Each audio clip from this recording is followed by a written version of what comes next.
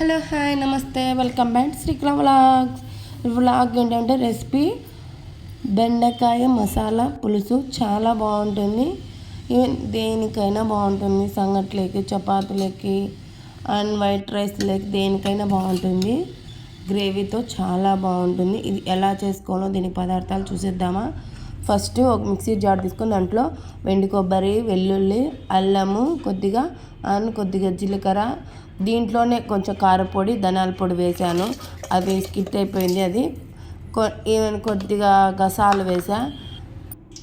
అవన్నీ వేసి మిక్సీ పెట్టి పక్కన పెట్టేసాను. ఆనియను, టమోటా అవి సన్నగా తరిగేసి, బెండకాయలు అన్నీ సన్నగా తరిగేసి పెట్టుకున్నాను.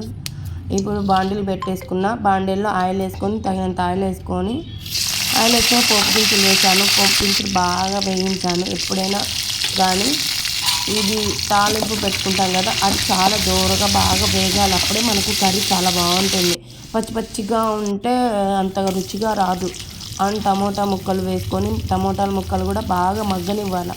ఇప్పుడు మనం ఈ ఫస్ట్ ఇప్పుడు వేసినప్పుడే బాగా మగ్గివ్వాలి. అప్పుడే టేస్ట్ బాగుంటుంది. బాగా మగ్గిన తర్వాత కొద్దిగా పసుపు వేసి బాగా వేయించేసుకున్నాను. అది బాగా అటు తిప్పుకుంటూ బాగా మ్యాష్ చేసుకుంటూ వేయించేసాను.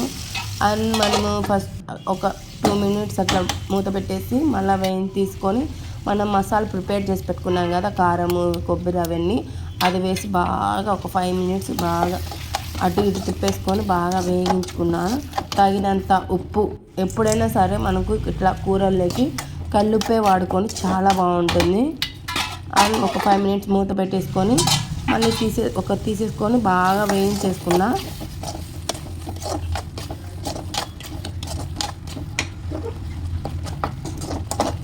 అది బాగా వేయించేసుకొని మళ్ళీ మూత పెట్టేసుకున్నా. ఒక 2 minutes మూత పెట్టి తర్వాత తీసేసుకొని మళ్ళీ బాగా వేయించేసుకున్నా.